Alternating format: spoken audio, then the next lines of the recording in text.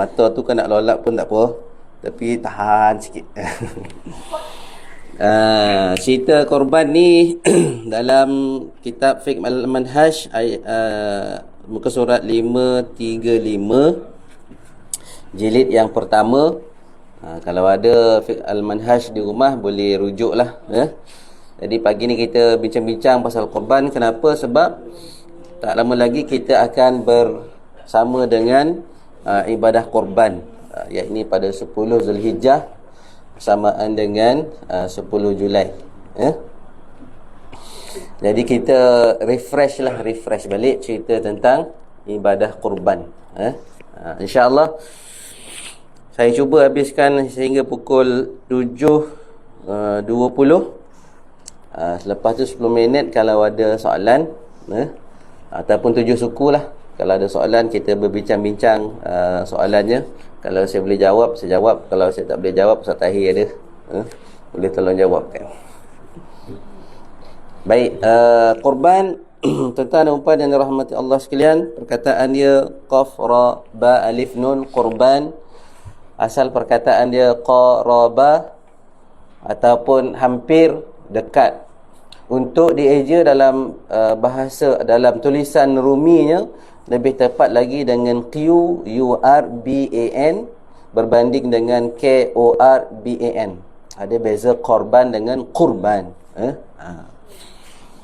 Dalam bahasa Melayu, korban bermaksud mangsa. Korban bermaksud mangsa. Tetapi kalau ditulis dengan kurban, dia bertepatan dengan bahasa Arab, iaitu hampir, ataupun menghampirkan diri kepada Allah Subhanahu wa taala dengan menyembelih binatang, unta, lembu, kambing dan biri-biri.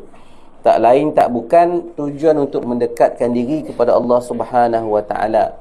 Bagaimana sembelih boleh dekatkan diri? Sebenarnya dia punya motif tu bukanlah semata-mata pada sembelihan yang kita nak sedekah kepada orang, tetapi adalah effort, kita punya usaha untuk mengeluarkan harta kita, mengorbankan binatang yang paling afdal, yang paling baik, yang paling banyak daging lah. Jadi di situlah nilai Allah Subhanahu wa taala, bagaimana kesanggupan kita untuk mengeluarkan harta kita kerana Allah Subhanahu wa taala.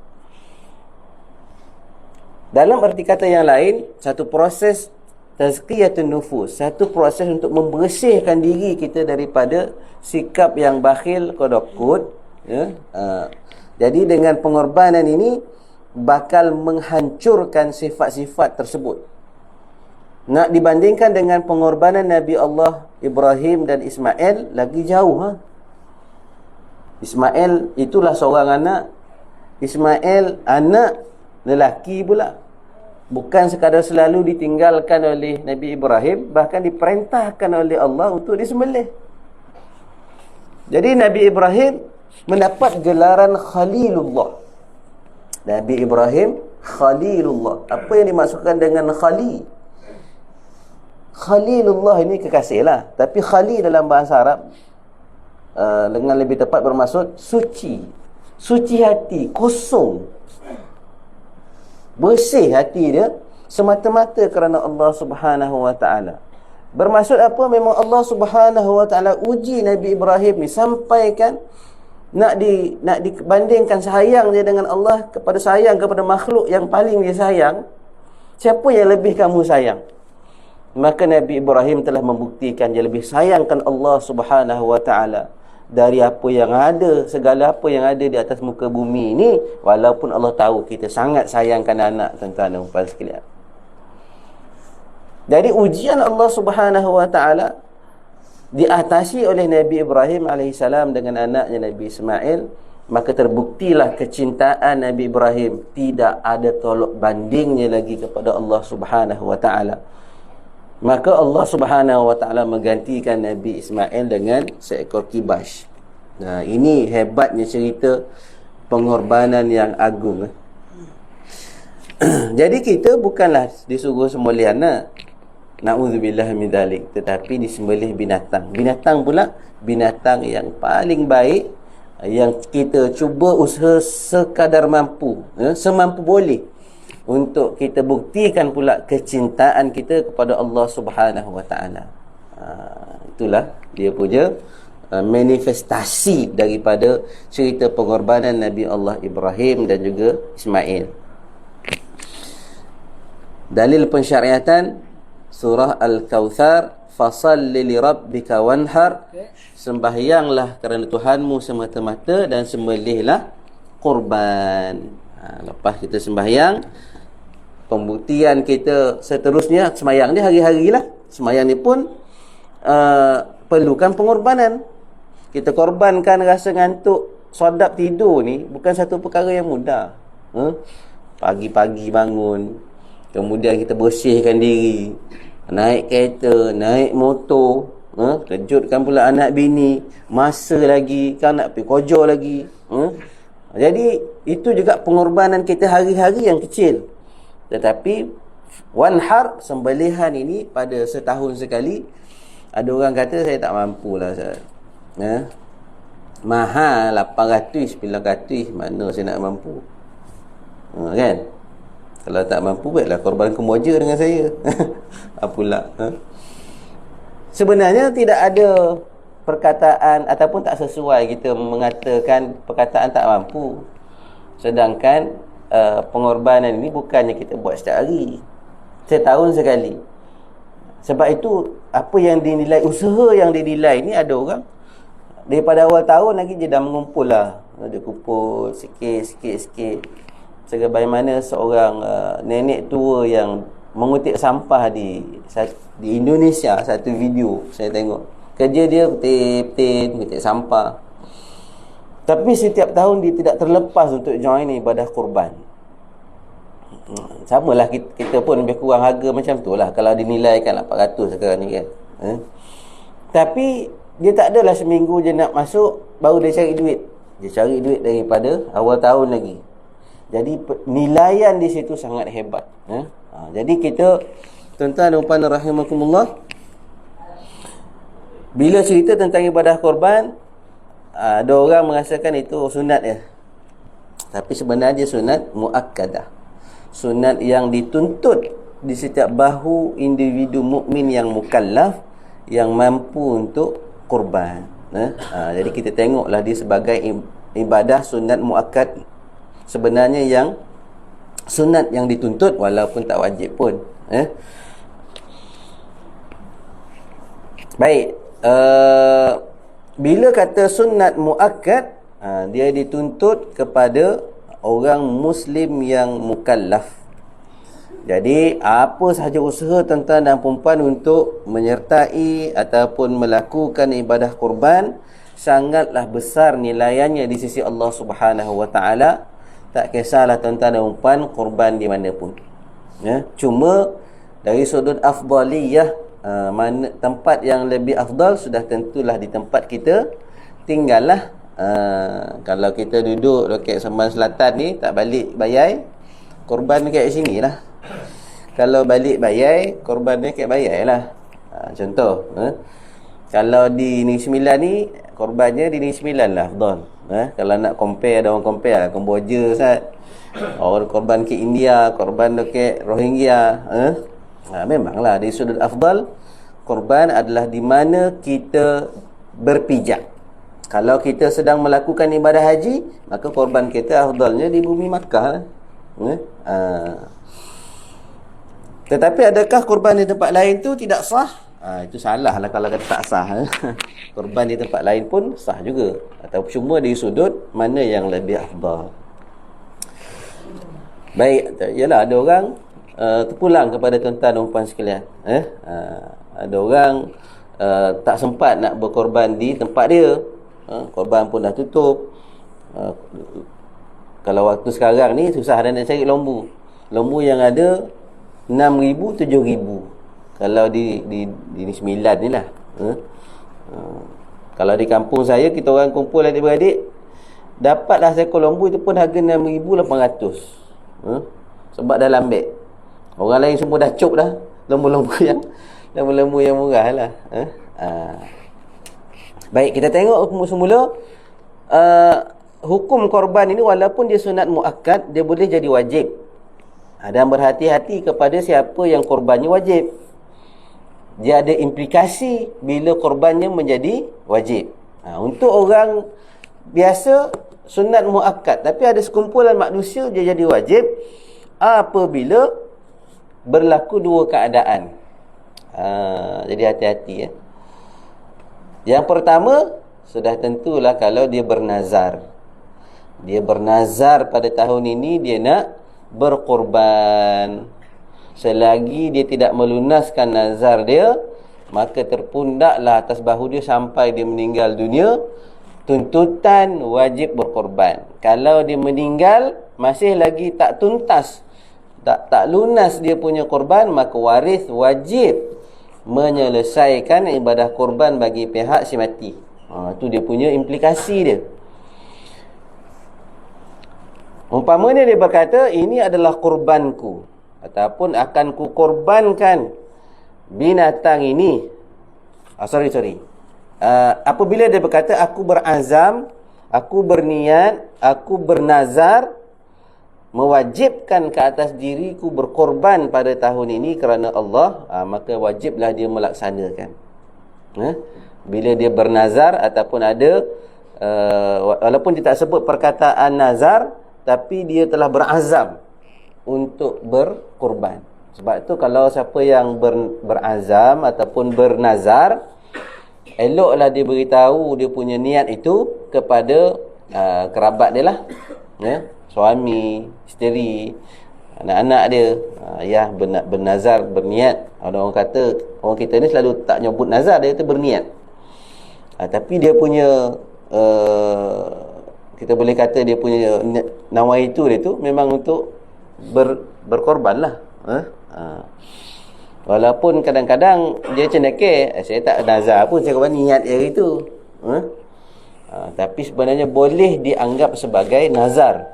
Sebab adat muhakkamah kita, adat kebiasaan kita, bila berkata begitu biasanya bernazar tu, saya berniat kan, nak korban pada tahun ni. Baiklah. Yang kedua, orang yang mempunyai binatang ternakan sendiri, lalu dia telah mengisyaratkan binatang ternakan dia. Kita duduk sini tak adalah bolo lembu, tapi ada juga orang bolo lembu, tapi bukan bangsa kita lah. Dia biar lembu sampai ke Sungai Gadut, sampai ke kereta api lah. Hari tu member naik motor bam sekali, langgar, tertelos motor. Lembu tu relax, buat report dekat MPS. 3 kali report baru keluar satu keputusan ataupun jawapan kepada pengadu. Dia akan ambil tindakan lah untuk tangkap lembu-lembu yang berkeliaran. Tak tahulah dah tangkap ke belum. Nampak lembu macam tu ke. Jadi hati-hati tentang umpan naik motor, naik kereta malam-malam, lalu kat Sungai Gadut ni, belah-belah rantau, banyak lembu. Tapi bila musim korban ni, ramai ngaku lembu. Kalau tak korban, bersepah-sepah lembu tidur tengah jalan, terutama kat Bayai tu. Bila musim korban, seekor lembu tak nampak. Semua ngaku lembu lah. Baik, siapa yang ada memelihara binatang ternakan, lalu dia mengisyaratkan binatang dia, lembu ni ayah nak korbankan tahun ni. Bila dia isyaratkan saja, maka wajiblah dia korbankan binatang ternakan itu, dengan syarat binatang tersebut mencukupi syarat lah. Bukanlah yang disyaratkan itu itik, ayam, burung balam, itu bukan binatang korban.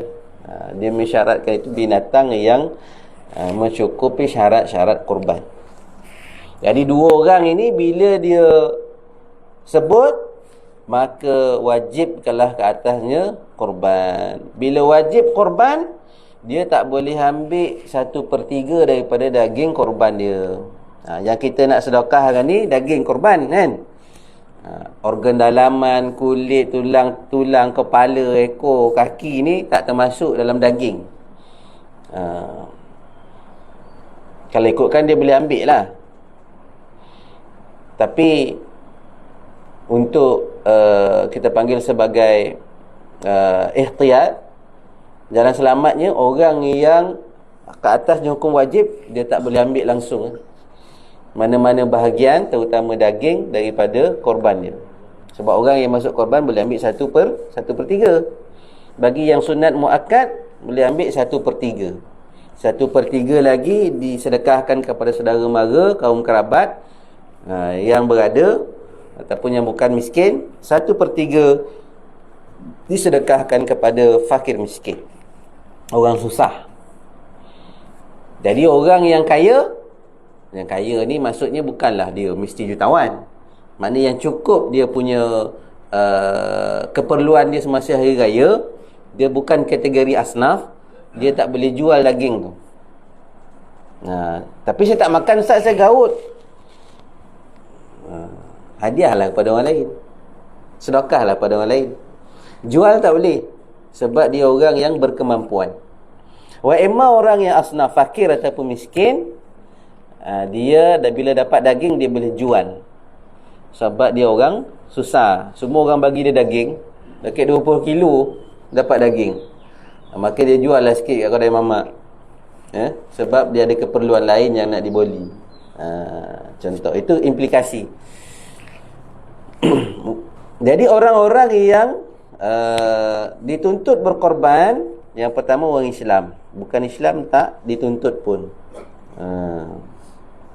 Tapi ada orang bukan Islam bagi lembu. Kan kadang-kadang ada YB bagilah. YB bukan Islam. Ada Esko bagi, Esko bukan Islam. Boleh je terima, tak ada masalah.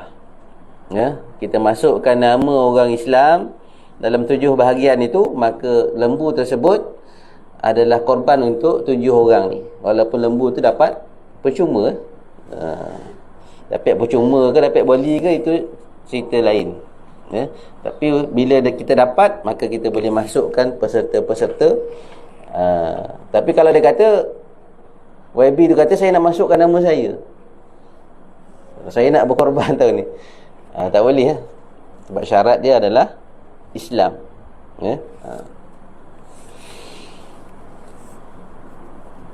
Yang kedua, baligh dan berakal. Yang tak baligh dan tidak berakal tidak disunatkan untuk berkorban.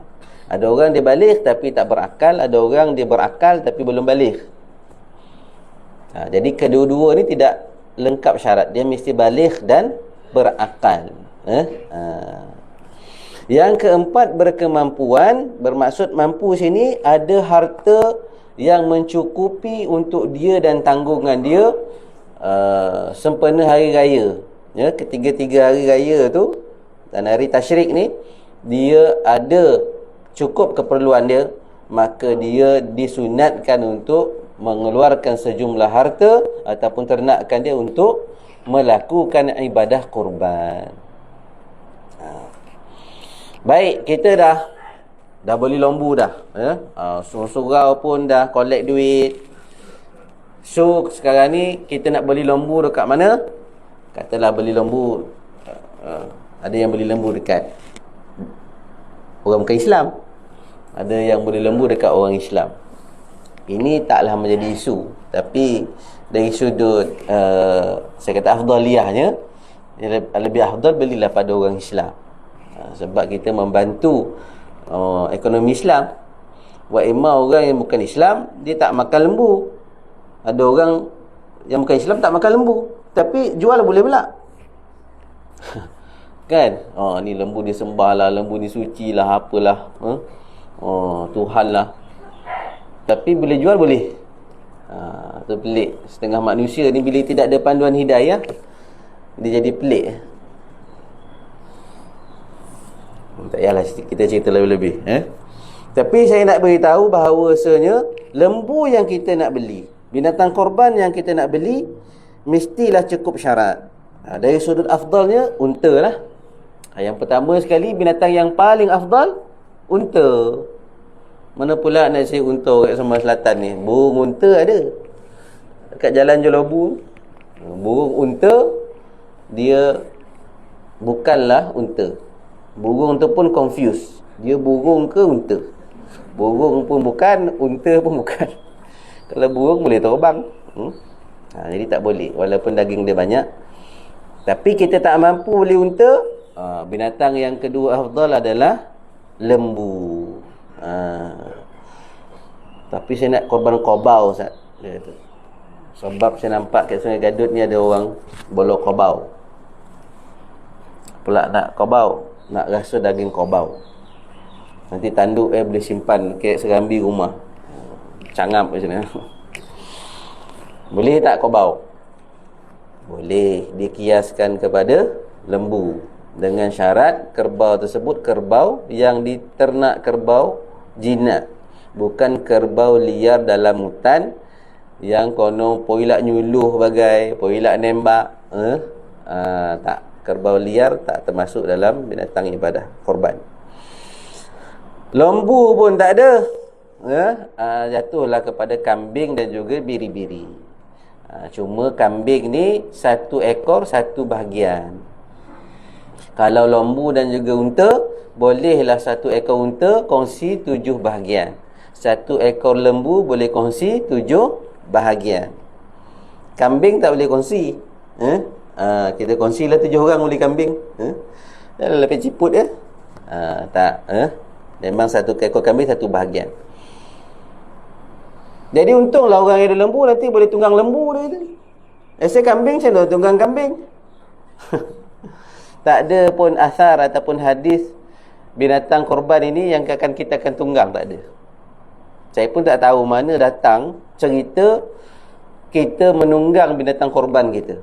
Tidak ada hadis, tuan-tuan rahimakumullah, ataupun asar sahabat mengatakan kita tunggang binatang korban kita. Kalau satu ekor lembu 7 bahagian, 7 orang kan tunggang?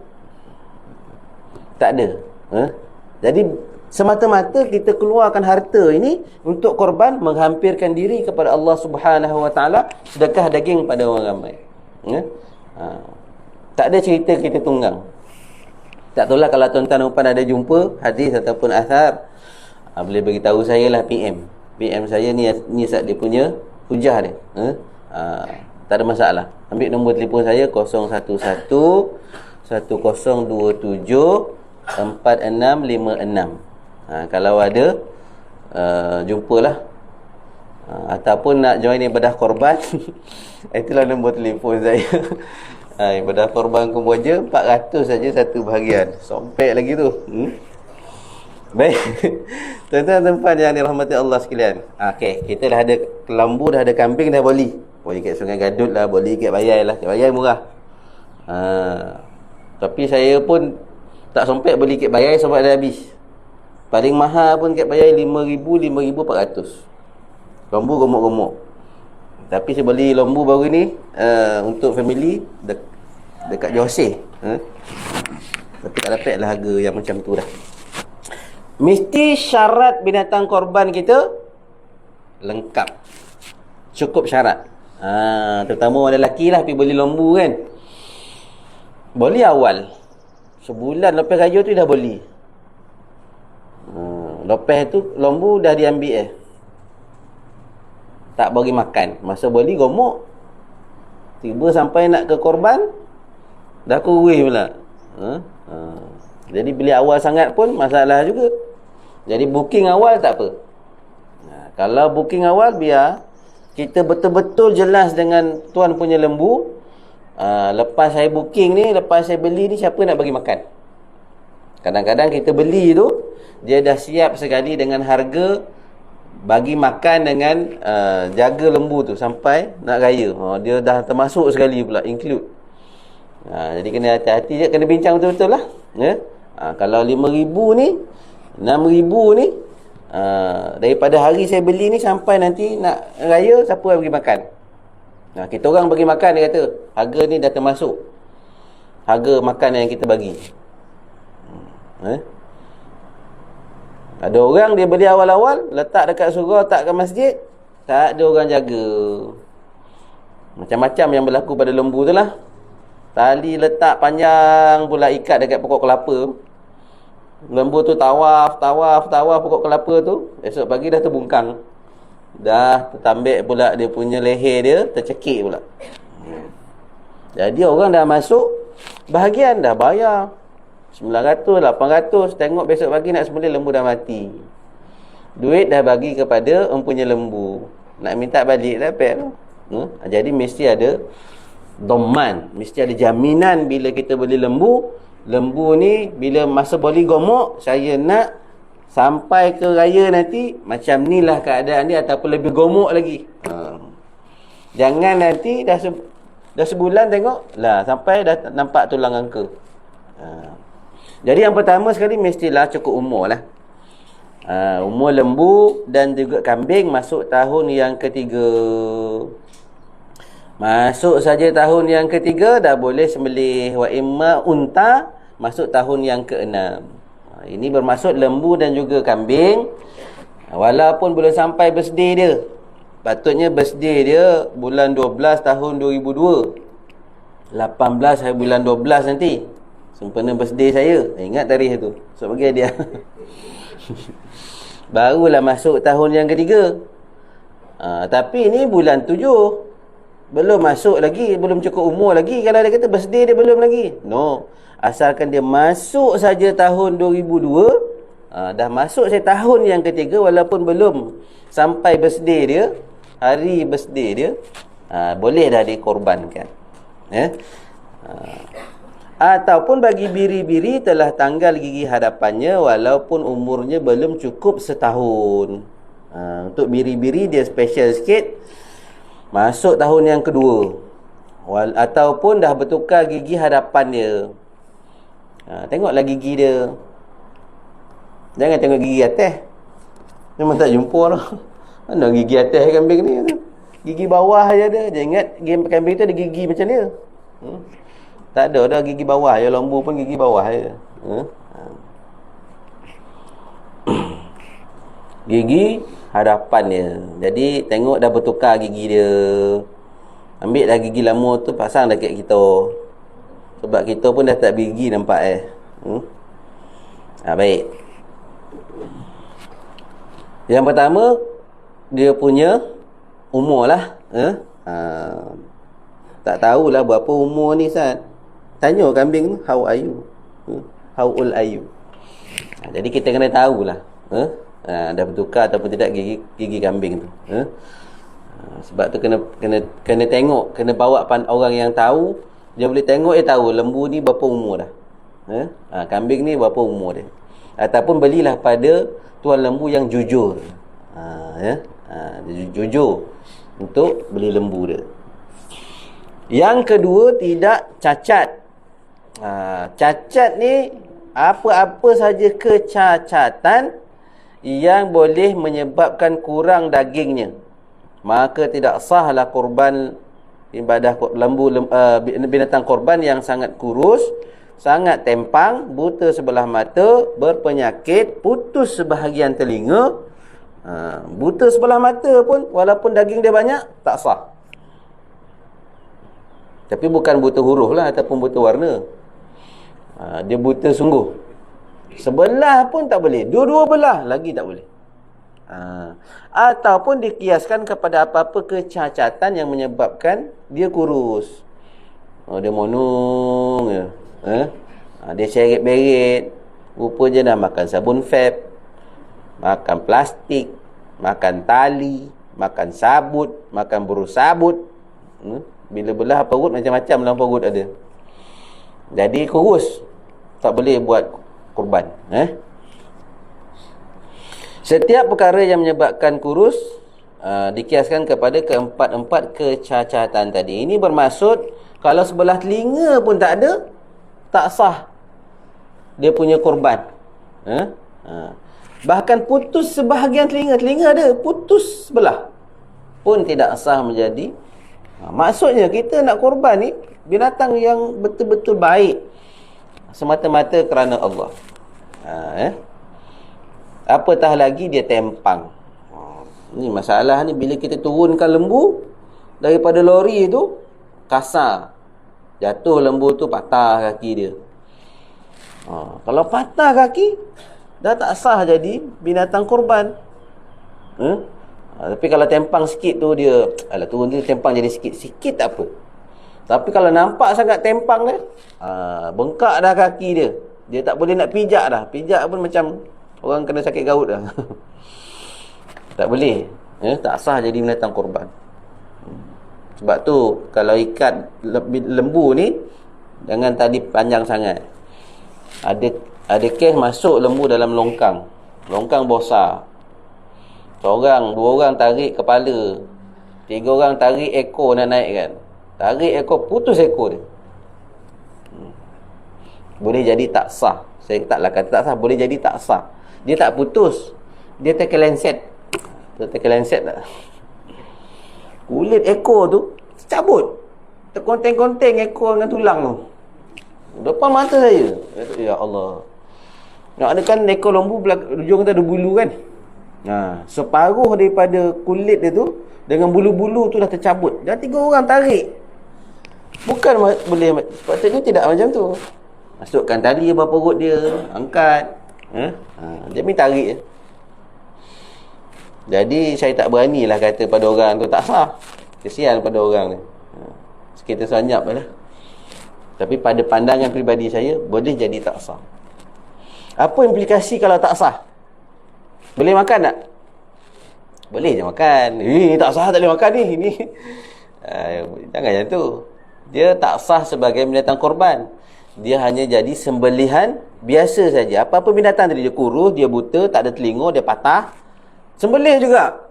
Dia hanya jadi binatang sembelihan biasa. Azbahah kita panggil. Dapat pahala tak orang yang masuk korban? Dapat pahala. Pahala sedekah daging.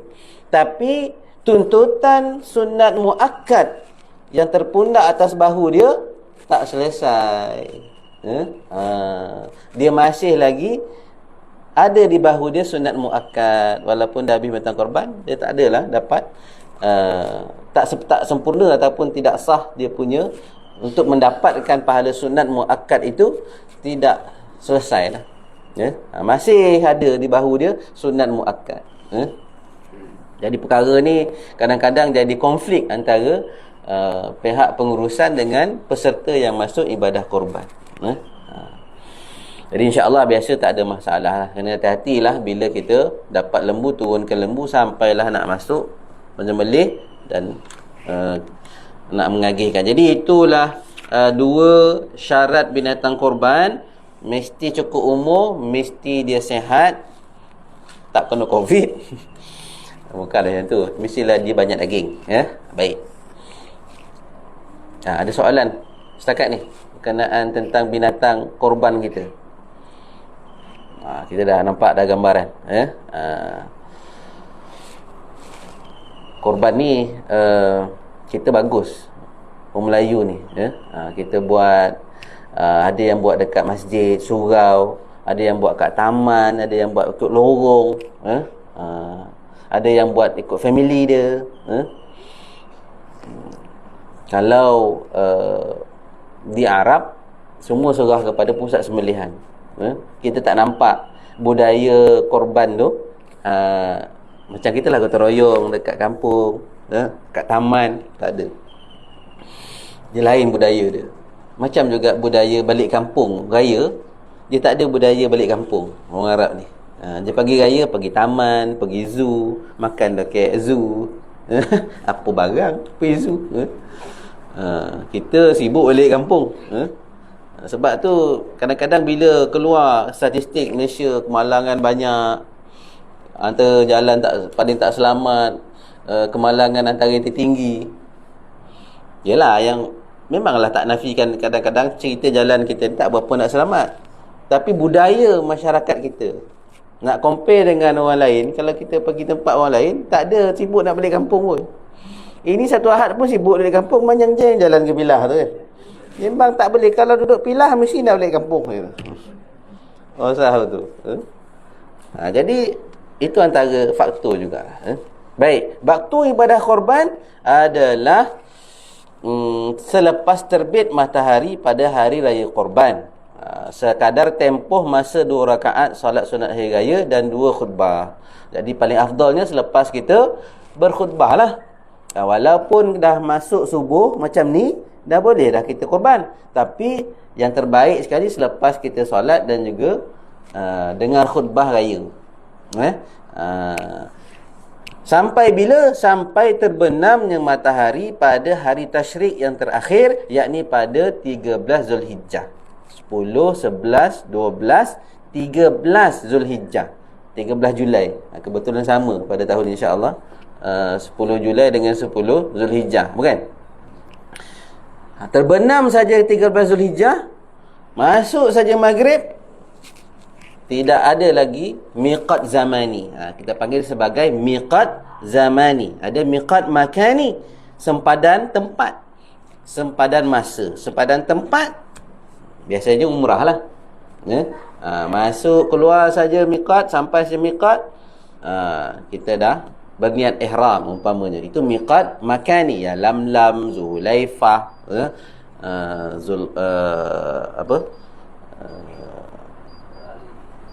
itulah tempat-tempat yang kita tahu itulah, Ja'ronah, Tanaim dan sebagainya.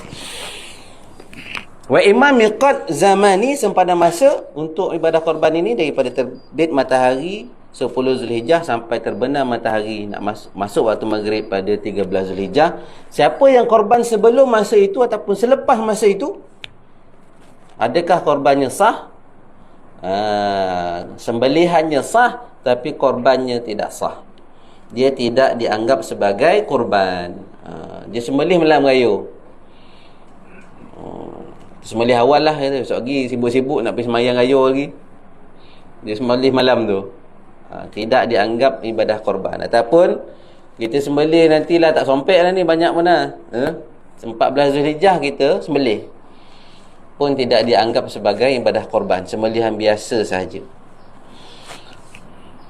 Waktu paling afdal selepas solat sunat hari raya korban. Agihan daging korban disebutkan tadi, jika korban wajib sama ada nazar ataupun mensyaratkan binatang ternakannya, tidak harus, yakni tidak boleh orang yang berkorban wajib ini mengambil ataupun makan mana-mana bahagian binatang korban, dia dan tanggungannya. Ni implikasi ni tadi. Bila dia bernazar, dia tak boleh ambil, tanggungan dia pun tak boleh ambil, anak bini dia pun tak boleh makan daging korban tersebut, sebab ayah yang bernazar. Jadi memang frust sikit lah bini dia. Orang nak makan daging tak boleh. Abang lah macam nazar. Nak macam mana? Dan nazar wajib. Wa imma, orang yang sunat haruslah dia mengambil 1/3, bahkan afdal dia mengambil 1/3. Kalau masuk ibadah korban di taman ni ataupun kampung, kita sunat tengok binatang kita disembelih, walaupun orang perempuan sembelih pun tak ada masalah. Tahun ni kita buat lain sikit, orang perempuan je boleh. Orang lelaki semua takut belaka, anaknya boleh, badan semua boleh. Jadi orang lelaki mandang lah sambil megang lembu tu, Allahu Akbar, Allah. Kak Kia dah siap sampai dengan parang. Perempuan ni kalau bagi peluang boleh dia, cuma dia tak nak je. Tapi kalau azan memang tak boleh bagi dia lah. Kalau bagi dia, ramai datang surau ni, tengok Kak Kia azan. Tapi boleh tak orang perempuan sembelih? Boleh. Tidak disyaratkan orang lelaki pun. Bolehlah. Dan 1/3 untuk orang yang berkemampuan, 1/3 lagi untuk orang fakir miskin. Fakir ataupun miskin. Fakir miskin ni bukan individu yang sama. Fakir orang lain, miskin individu yang lain. Jadi orang fakir lagi susah daripada orang miskin. Baik. Adab-adab berkurban. Masuk saja 10 Zulhijjah, orang yang berazam untuk berkorban, sunat untuk dia tidak menghilangkan bulu-buluan yang ada pada jasad dia. Nak start bila ni? 10 Zulhijjah.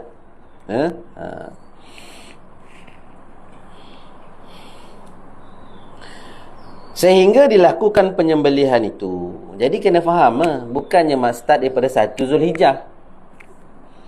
Ada orang start daripada 1 Zulhijjah tu dia dah tak potong, terpulang lah. Tapi waktu dia sebenarnya 10 Zulhijjah. Ada orang dia jaga daripada 1 Zulhijjah lagi, supaya nanti sembelih saja baru dia nak potong. Masalah dia manifestasi lah saya kata daripada ibadah umrah ataupun haji yang dilakukan. Bila tahallul saja masuk 10 Zulhijjah, dia dah melontar saja jamrah tahallul awal baru dia boleh potong. Seolah-olahnya macam tu lah. Ataupun dia dah tawaf rukun saja, dia dah boleh potong rambut. Jadi orang yang masuk korban ni masuk saja 10 Zulhijjah, dia sunat tidak menghilangkan bulu-buluan sehinggalah binatang dia disembelih. Ini bermaksud mungkin binatang sembelihnya 11, 12 ataupun 13. Jadi masa tu macam tu. Jadi bukannya start daripada 1 Zulhijjah. Ataupun ada orang daripada Syawal lagi.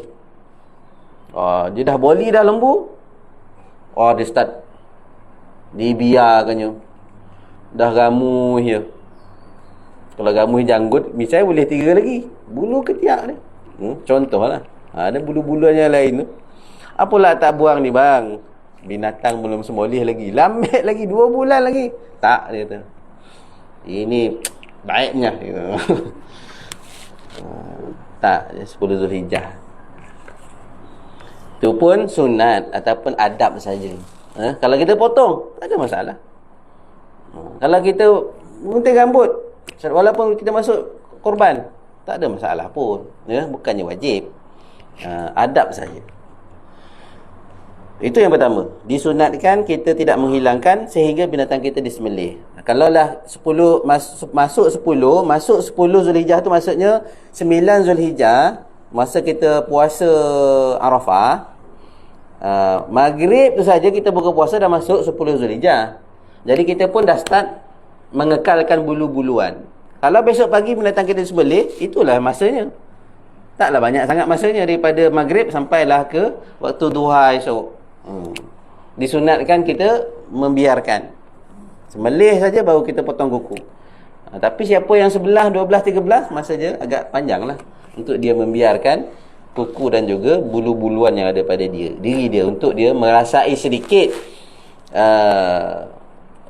aura ataupun rasa sahabat-sahabat saudara mara yang sedang buat haji. Orang yang berkorban, adab yang kedua, disunatkan sembelih sendiri binatang korban dia, jika dia tidak ada keuzuran. Kalau ada keuzuran ataupun dia memang nak suruh imam yang sembelihkan, tak ada masalah. Tapi disunatkan sebenarnya kita sembelih sendiri. Tak berani saya saya mabuk darah, dia kata. Baru tengok resort sikit dia, lembu tu dah robah dah. Lembu tu tak robah, dia robah dulu. Jadi orang yang macam ni tak payahlah. Tengok je lah. Kau tak berani tengok pun, dekat-dekat sudah untuk bertakbir ketika binatang sembelihan dia disembelih. Kenapa disunatkan pergi dan tengok? Ini berdasarkan hadis Nabi sallallahu alaihi wasallam. Hadis ni panjang, kita baca terjemahan dia. Nabi bersabda kepada puterinya Fatimah, bangunlah dan pergilah ke tempat sembelihan korbanmu dan saksikanlah sendiri, kerana setiap titisan darahnya yang pertama diampunkan dosa-dosa kamu yang terdahulu. Jadi kita dapat 2 kelebihan. Kelebihan pertama, kita dekat diri kepada Allah, dapat pahala. Kelebihan yang kedua, mengalir saja darah binatang korban ini, bersihlah dosa-dosa kita, termasuk dosa-dosa yang terdahulu. Jadi Fatimah tanya kepada Rasulullah, "Ya Rasulullah, adakah ini khas untuk kita Ahlul Bait ataupun seluruh orang Islam?" Jawab Nabi, bahkan untuk kita dan seluruh umat Islam. Jadi sebab tu berlumba-lumbalah untuk menyertai ibadah korban supaya dosa-dosa kita terampun. Jadi perkara ni hadis ini tidak diketahui oleh Siti Kasim. Siti Kasim kata, apa masalahnya lembu tu nanggung dosa kita? Dia kena sembelih, dosa kita terampun. Apa kena mengena dosa kita dengan lembu tu? Zalim lah. Wah, dia pula kata zalim. Dia tak jumpa hadis ni. Dia tak jumpa perkataan yang disebut sebagai amrun ta'abbudi, ya? Perkara yang dinilai oleh Allah Subhanahu wa taala, kita dengar dan kita patuh. Sebab kita mengeluarkan harta. Dia bukan cerita kita menzalimi binatang tu. Apa pula zalimnya binatang kita sembelih?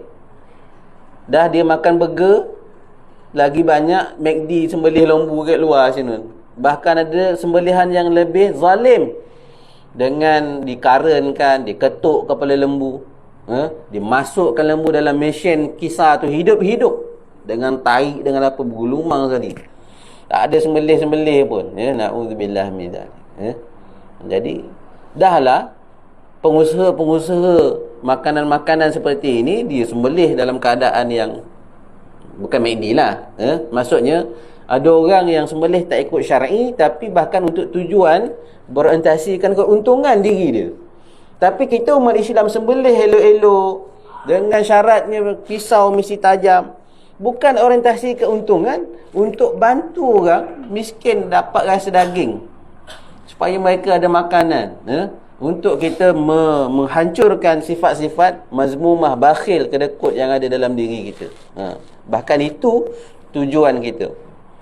Yang ketiga, disunatkan pihak pemerintah dan orang pemimpin Islam menggunakan wang Baitul Mal untuk melakukan ibadah kurban bagi rakyat Islam.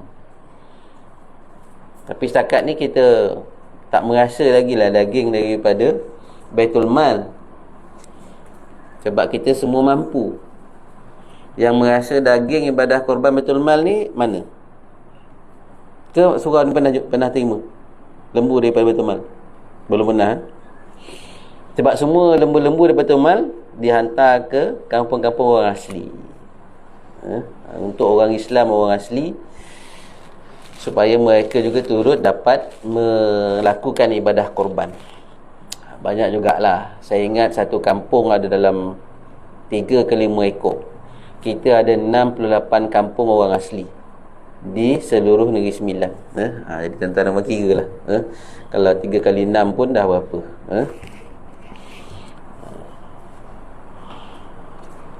Ada kurang-kurang,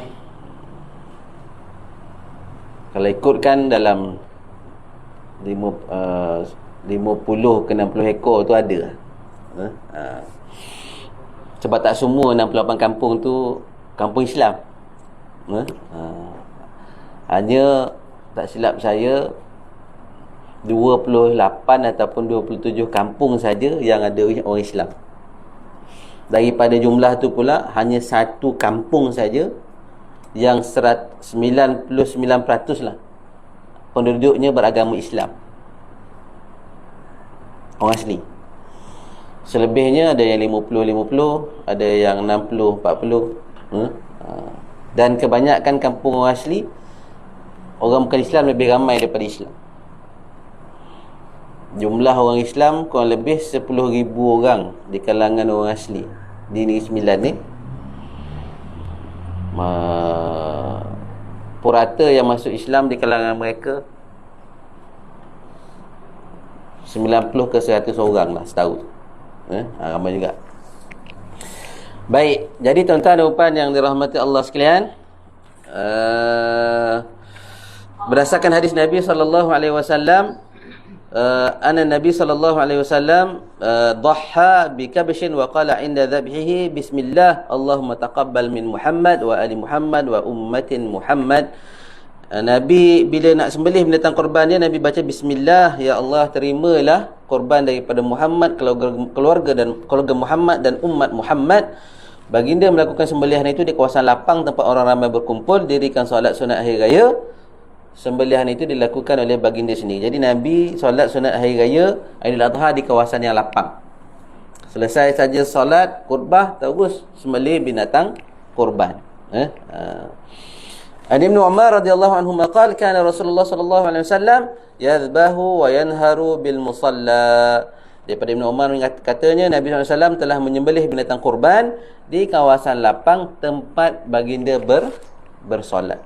Jadi di mana kita solat, di situlah afdal kita menyembelih binatang kurban. Tapi al-maklum kadang-kadang kita buat ikut lorong, kadang-kadang ikut taman, kadang-kadang kat rumah family, rumah kampung, tak jadi masalah pun. Baik, ada soalan nak? Kita dah selesai dah. Kalau dalam tajuk ni ibadah korbannya. Ngam-ngam 7.20. Kalau ada soalan. Apa pandangan kalau mengambil, diberi upah daripada binatang korban? Jawapannya tak boleh. Kita bagi upah pada penyembelih ataupun orang yang melakukan tugas tu daripada daging korban. Mam, ambil daging ni upah sembelih, tak boleh. Tapi ambil dah daging ni, tak ada apa. Memang kita nak bagi, memang tu bahagian dia, memang kita nak sedekah, tak jadi masalah. Boleh tak jual daging tu? Bagaimana disebut tadi, tak boleh bagi orang yang berkemampuan, boleh bagi orang fakir. Jadi kalau ada orang Bangla, orang Indon yang datang, bagi je lah. Dia nak ambil kulit lah, dia nak ambil kepala lah, dia nak ambil perut lah, ambil lah. Tak jadi masalah pun. Ada yang nak buat rebana lah, ada yang nak buat jangik lah, terpulang lah. Tak jadi masalah. Tapi jangan ambil mana-mana bahagian untuk dijadikan sebagai niat dia sebagai upah. Habis kita orang panggil imam tu, bayar sikit Ustaz, 1 ekor RM50. Ambil daripada mana duit? Daripada kumpulan hari tu. Kita duk mengurus, kemudian memang ada siap untuk bayar upah imam menyembelih, tak jadi masalah. Tapi ambil daripada daging, tak boleh. Baik, kalau tak ada soalan, biasanya memang tak ada soalan pun. Kalau ada soalan, dia luar biasa kan. Kita sampai di situlah. Jadi simpan nombor saya. Kalau ada, masih lagi ada yang nak masuk korban, boleh kontak saya. Kita buka ibadah korban di Kemboja ni sampai 10 hari bulan raya yang pertama tu, masih buka lagi. Jangan risau, semua ada sijil, ada gambar, ada video sembelihan. Dan kita buatkan WhatsApp group untuk tuan-tuan dan puan yang masuk ibadah korban di Kemboja. Kenapa Kemboja? Sebab saya biasa buat kat sana lah, India ke dekat Bangla ke, saya tak biasa. Dan kita ada Darul Widat di sana. Sini pun ada Darul Widat untuk orang tua mengaji di Linggi. Di sana pun kami ada Darul Widat untuk anak-anak yatim, orang miskin yang belajar di sana. Jadi mereka lah yang menguruskan daging, mereka lah yang tolong carikan lembu. Darul Widat di sana lah yang akan menguruskan. Dan termasuklah pengagihan kepada orang fakir miskin di Kampung Cenang nama dia. Saya pun tak pergi tahun ni. Kalau ada rezeki besok kita buat satu rombongan pergi tengok Darul Widat di Kampung Cenang ni. Jadi jauh daripada Phnom Penh. Jadi agak tersorok sikit lah Kampung Cenang ni. Dia jauh sikit daripada bantuan-bantuan yang biasa yang datang daripada luar negara. Kampung tu masih susah lagi, tanah pun tanah merah lagi, pakai pun kereta lembu. Jadi di sanalah kami melakukan ibadah korban. Baik tuan-tuan dan puan yang dirahmati Allah sekalian, sekadar di situ dulu. Saya mohon maaf dan ampun di atas segala kelemahan dalam menyampaikan. Yang baik tentu daripada Allah, bukan kelemahan diri saya sendiri. Aku liqauli hadza wa astaghfirullahal azim li wa lakum wa lisairil muslimin wal muslimat fastaghfiruh innahu wal ghafurur rahim. Wassalamu alaikum warahmatullahi wabarakatuh.